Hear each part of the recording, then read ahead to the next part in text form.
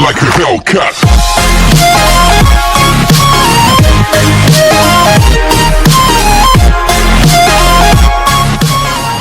Welcome to the Rainbows online classes. आज का जो हमारा सेशन है वो क्लास 5th का ईवीएस सब्जेक्ट का सेशन है, जिसमें हम चैप्टर 4 पढ़ने वाले हैं, जिसका नाम है breathing. Okay, so student let's start. Try to hold your breath by closing your mouth and pinching your nose. It's convenient for you to do it. How long can you hold on to this situation? मतलब कभी आपने अपनी नाक और मुंह को बंद करके अपनी ब्रीथ को होल्ड करने की कोशिश की है? अगर आप एक बार ऐसा करके देखिएगा तो आपको अपनी जो सांस की प्रोसेस है, कैसे हम सांस लेते हैं, वो पता चलेगा। We cannot survive without taking in and giving out air.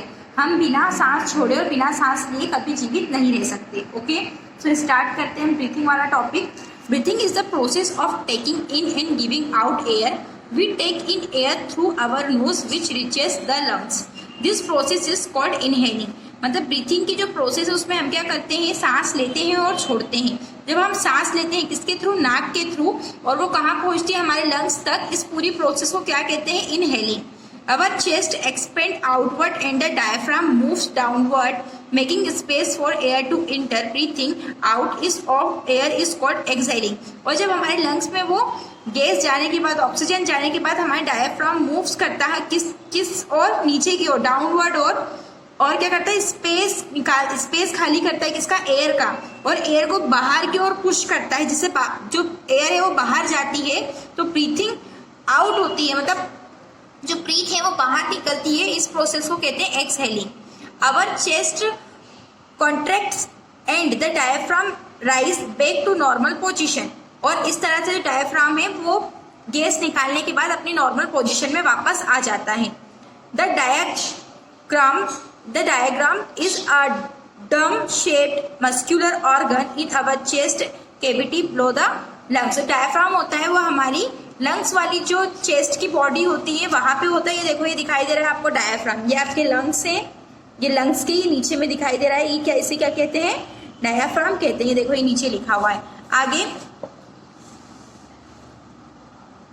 Let us understand the process of breathing. ये हमने अभी पूरी ब्रीथिंग पढ़ी। अब जो इसकी प्रोसेस है, इंटरनल प्रोसेस, वो पढ़ते हैं।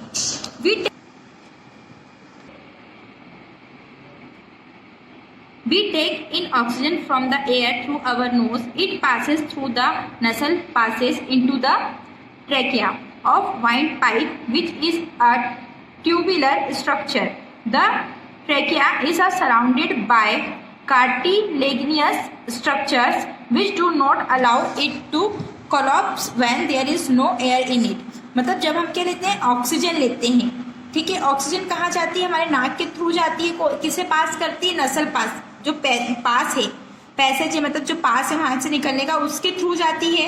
फिर ट्रेक्रिया में जाती है। उसके बाद कहाँ जाती है, वाइंड पाइप के स्ट्रक्चर के थ्रू जो ट्यूबुलर स्ट्रक्चर है उसमें इंटर करती है, ठीक है। अब जो ट्रेकिया है वो घिरा हुआ है, सराउंडेड है, घिरा हुआ है किससे, कैर्टियाजिनियस स्ट्रक्चर से, जो क्या करता है, किसी और एयर को, मतलब जैसे सोल्यूपस या किसी और को उसमें इंटर नहीं करने देता, ठीक है। अब the trachea branches out in the two bronchi each leading into a lungs. अब जो ये ट्रेकिया है, जो दो ब्रांचेस की, जैसे लंग्स में होते हैं ना, दो भाग होते हैं, उस तरह से। Lungs are soft muscular organ protected by the rib cage. जो लंग्स होते हैं बहुत ज्यादा सॉफ्ट ऑर्गन है, मतलब ऐसे रुई की तरह नर्म। तो वो किससे, उसे जो हमारी बॉडी है, जो रीब, उसे जो लंग्स को कैसे प्रोटेक्ट करते हैं, रीब केज के थ्रू। मतलब जो रीब केज है वो क्या करती है, लंग्स को प्रोटेक्ट करके रखती है। The oxygen passes into blood from the lungs and rich all body parts. जो ऑक्सीजन है वो पास होती है किसमें, ब्लड में जाती है। ब्लड में जाने के बाद लंग्स में जाती है। फिर लंग्स के थ्रू कहाँ पे रीच करता है वो ब्लड, पूरी बॉडी में सर्कुलेट होता है। Then similarly carbon dioxide is also removed from the body through the nose. और इसी तरह जो ऑक्सीजन की प्रोसेस है, इसी तरह किसकी प्रोसेस होती है, कार्बन डाइऑक्साइड की प्रोसेस होती है, और वो हमारी बॉडी से बाहर जाती है। Okay, the oxygen that we breathe in helps in burning the food and releasing energy. अब जो ऑक्सीजन होती है वो किसमें हमें यूजफुल होती है, ये करती है, हमारा जो खाना है उसे किसमें कन्वर्ट करती है, एनर्जी में कन्वर्ट करती है, ठीक है। दिस इज कॉल्ड रेस्पिरेशन, जिसे क्या कहते हैं, respiration. It convert the glucose, ये क्या बनाती है, खाने को किस में कन्वर्ट करेगी, ग्लूकोज में कन्वर्ट करेगी, जिसे हम मतलब कार्बोहाइड्रेट के रूप में भी समझ सकते हैं। जो क्या होता है फूड में जो कार्बोहाइड्रेट होता है वही क्या कहलाता है, ग्लूकोज। ओके, और उसी से हमें क्या मिलती है, energy, which is required to carry out several activities in the entire life time. और यही कार्बोहाइड्रेट हमें हर हमारी एक्टिविटीज में हेल्प करता है। Rate of breathing, have you ever noticed that we breathe very fast when we are playing or included in physical activity? This is because we are physically active. We need more oxygen to get more energy for the body. Likewise, when we are sleeping or at rest, our breathing speed is slow. Our heartbeat also increase when we breathe faster. मतलब जब हम लोग क्या करते हैं, सोते हैं या जब हम खेलते हैं तो हमारी ब्रीथ की स्पीड क्या होती है, बहुत फास्ट होती है। ठीक है, उसी तरह जब हम आराम करते हैं या सोते हैं तो हमारी जो ब्रीथ की स्पीड है वो क्या हो जाती है, बिल्कुल कम हो जाती है। A normal adult heart beat 72 times, जो एक नॉर्मल हार्ट बीट होती है किसी भी इंसान की, वो कितने टाइम्स धड़कता है हमारा दिल, वो 72 टाइम्स धड़कता है 1 मिनट में। ठीक है, इसे ही क्या कहा जाता है, हार्ट बीट कहा जाता है। अब यहाँ पे देखो, your words on your the side of your neck, मतलब हमारी नेक के साइड में जो होता है उससे हम क्या फील करते हैं कि rhythmic beat which is called pulse, जहाँ पे मतलब ऐसी रिदम जैसी मतलब कुछ आवाज आती है किसमें, हमारी कलाई में, तो उसे क्या कहते हैं, पल्स कहते हैं। ठीक है, अब हाउ टू ब्रीथ, अब हम सांस कैसे लेते हैं। We already know that we breathe through the nose, the air enters the nose through nostrils, the air in the mucus in nose prevent the dust particle from entering the respiratory tract and causing infection. Therefore we must never breathe through our mouth. The air that we breathe out is warm because our body is warm inside at 98.4 degree Celsius. When we breathe, our cells get oxygen to work, grow and perform their functions. This oxygen is attained by breathing in fresh air.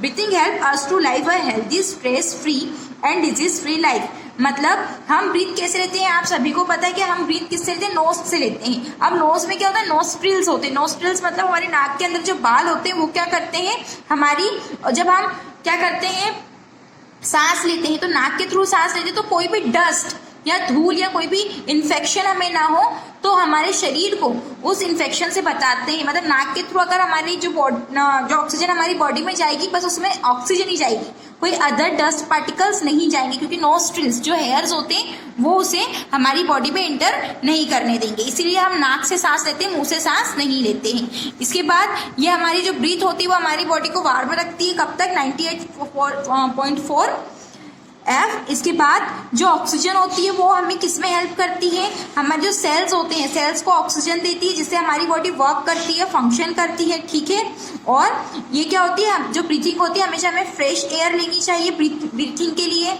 ठीक है, और breathing help us to life a healthy, और ये हमारी life को क्या बनाती है, हेल्दी बनाती है और स्ट्रेस फ्री बनाती है, जिससे हम बीमारियों से दूर रहते हैं। अब एक्टिविटीज इन्वॉल्विंग ब्रीथिंग, अब ब्रीथिंग में कौन कौन सी एक्टिविटीज इन्वॉल्व होती है। सबसे पहले we all celebrate our birthday, how do we put off the candle, we blow out air from our mouth. अब जब हम बर्थडे मनाते हैं तो हम कैंडल, जो केक के ऊपर कैंडल मोमबत्ती लगी होती है उसे फूंकते हैं, कैसे, हमारे मुंह से हवा निकाल के, ऑक्सीजन गैस निकाल के तभी फूंकते हैं ना, हवा से ही। Okay, while sipping hot tea और coffee we blow air to cool it, जब हम कोई गरम चाय या कॉफी पीते तो हमें फूंक मार मार के करते हैं उसे ठंडा, तो किसका यूज होता है, उसमें भी हवा का यूज होता है। We keep our hand warm by blowing our breath on them, जब हम कभी ठंड हो जाती है तो हमारे हाथ रगड़ रगड़ के क्या करते हैं, जब वार्म होते हैं तो क्या करते हैं, उसे मतलब हमारे हैंड को वार्म करते हैं ना। ठीक है, किसे, हवा से ही रगड़ के, और उसे ठंडा भी करते हैं फूंक मार मार के।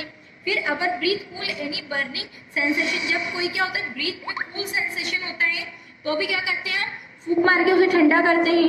The moisture of our breath is use to clean our spectacles, जब हम कोई चश्मा साफ करते हैं हमारे लगाने के लिए तो हमारे जो चश्मा है स्पेक्टल्स है वो कैसे साफ करते हैं, फूंक मार के, तो हम उसे साफ करते हैं फिर कपड़े से। Then we blow at the flames in the चूल्हास to help in the burn better, जब हम चूल्हा जलाते हैं तो वो एक होती है ना नली, उसे फूंक मार के चूल्हा जलाते हैं। Burning coal in the bar use is fanned to enable it produce more heat, ऐसे ही जब हम कोयला जलाते हैं, क्या, जब बहुत ज्यादा गर्म करने के लिए, वातावरण एटमॉस्फेयर गर्म करने के लिए, तो वो भी एयर के थ्रू ही कोयला जलाते हैं। ओके, सो स्टूडेंट यहाँ पे हमारे चैप्टर नंबर 4 था पूरा कंप्लीट हो गया है, आपको समझ में आया होगा। इससे रिलेटेड सारे क्वेश्चन आंसर आपको व्हाट्सएप ग्रुप में अवेलेबल करवा दिए जाएंगे। Okay, thank you and bye.